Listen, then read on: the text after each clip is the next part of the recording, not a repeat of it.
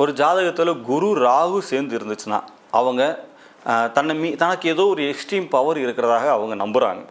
இறைவன் நம்மகிட்டயே பேசுகிறதாகவும், ஏதோ ஒரு அசரீர வாக்கு எனக்கு கேட்குறதாகவும், தூக்கத்தில் கனவுல இறைவன் எனக்காக இதை செஞ்சு கொடு அப்படின்னு இவர் சொன்னதாகவும் இவங்க நம்புகிறாங்க.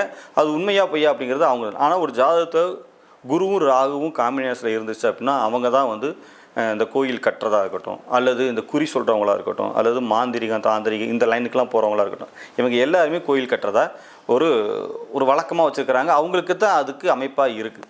கோயிலில் வேலை பார்க்குறது என்னுடைய ஜீவனத்துக்காக, இதன் மூலமாக தான் எனக்கு ஒரு வருமானம் வருது, இதன் மூலமாக தான் என் குடும்பத்தை நான் பார்க்குறேன் அப்படிங்கிறது பார்க்குறது வேறு. அவங்களுக்கு பார்த்திங்கன்னா குருவும் சனியும் சேர்ந்து இருந்துச்சுன்னா அவங்க இதை மாதிரி ஒரு பொது காரியத்தில் வேலை செய்கிறாங்க. அதன் மூலமாக என்னுடைய வயிற்றை கழுவிக்கிறதுக்காக ஒரு வழிமுறையாக அவங்க இருக்கிறாங்க.